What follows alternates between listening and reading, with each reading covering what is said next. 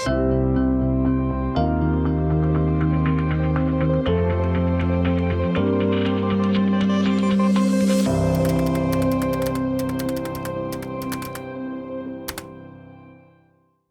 again to another episode of Moments with Mike.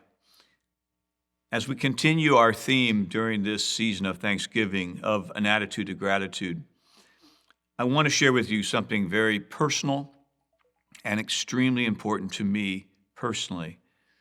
As I said to you in our first episode of this series of messages on Thanksgiving, Thanksgiving is my favorite holiday. I love being surrounded by my family as we partake of the goodness of God, not just over a meal, but as we go around the table and we ask each other how God has shown himself to be faithful to us. It's one of those traditions in my family that I value the most. But if you were to come into my office, either at our hub campus or in my home, somewhere in my office, you would see on the wall a prayer that was found on the body of a Confederate soldier following one of the battles, one of the more pivotal battles of the Civil War. And for many years, I have treasured that prayer for its words and for the story behind it. And as I was thinking along with Taylor about how to talk about gratitude, it was important for me not just to start off with Psalm 100 and not just to give you some ways in which we can continually cultivate and, if you will, export a spirit of gratitude to others. The story behind that prayer, as found on the body of that soldier, became very much foremost in my mind. So in a little diversion from what we typically do on Moments with Mike, allow me to tell you the backstory before I read you the prayer. People who say that nothing else needs to be published on the Civil War are woefully uninformed. Over 31 million Americans were involved in that conflict, and each had a story to tell. What most of them saw and experienced changed their lives just as permanently and as dramatically as it changed the nation into an indivisible United States. And knowing what each person endured has value because the individual stories illustrate how dear our heritage should be to all of us. One such participant in the Civil War will forever be unknown. He was a Confederate soldier. In all likelihood, he hailed from Virginia. If the man fit the usual pattern, he was a farmer in his early 20s, single, and devoutly Protestant. He had gone to war because his state, which was then his country, had been invaded by a northern army that seemed determined to overturn illegally a southern way of life in existence since colonial days. The soldier probably had fought in a number of battles.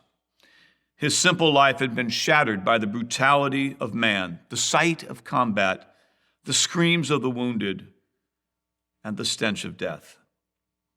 He lived in filth, suffered from hunger, wore rags, and the shoes of a fellow, yet now dead soldier.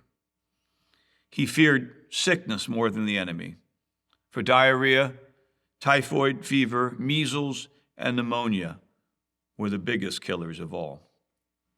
For 3 years, this Johnny Reb survived everything that man and nature could hurl at him. Asked how he managed to outlast adversity, the man likely would have answered that the protective hand of God had kept him safe. Religion was more than a personal matter, than a denominational issue for most Civil War soldiers. And the higher toll the war took, the more men fell back on the one thing they had left: faith. Obviously, this man had hopes for his future. He also was confident that after the cruel war was over, and with the blessings of the Almighty, he would know success and happiness. But first, he must affirm his allegiance to him who had given the young soldier life and opportunity. In the spring of 1864, the battle exploded once again on the outskirts of Richmond After the fighting ended and armies marched off to grapple elsewhere, small details of the soldiers moved out to the battlefield to bury the dead. One party came upon the Confederate soldier. He lay amid the dead in the front of the battle line. Just before burying him on the field, the grave diggers made the usual search of the body. Inside the shirt pocket was a sheet of paper. On it, this common soldier, a day or so earlier, had scrawled some thoughts. They were a statement of what life meant to him. As such, the words are an everlasting testimony to one very simple, anonymous human being. The soldier wrote, "I asked God for strength that I might achieve. I was made weak that I might learn humbly to obey. I asked for health that I might do greater things. I was given infirmity that I might do better things. I asked for riches that I might be happy. I was given poverty that I might be wise. I was given weakness that I might feel the need of God, not power, that I might have the praise of men. I asked for all things that I might enjoy life. I was given life that I might enjoy all things. I got nothing that I asked for, but everything I hoped for. Almost despite myself, my unspoken prayers were answered, and I am among all men most richly blessed." We would do well to ponder the words of that prayer and to once again come to a place that we are blessed and we have been given life that we might enjoy all things and eternal life in the person of Jesus. God bless you, and we'll see you soon.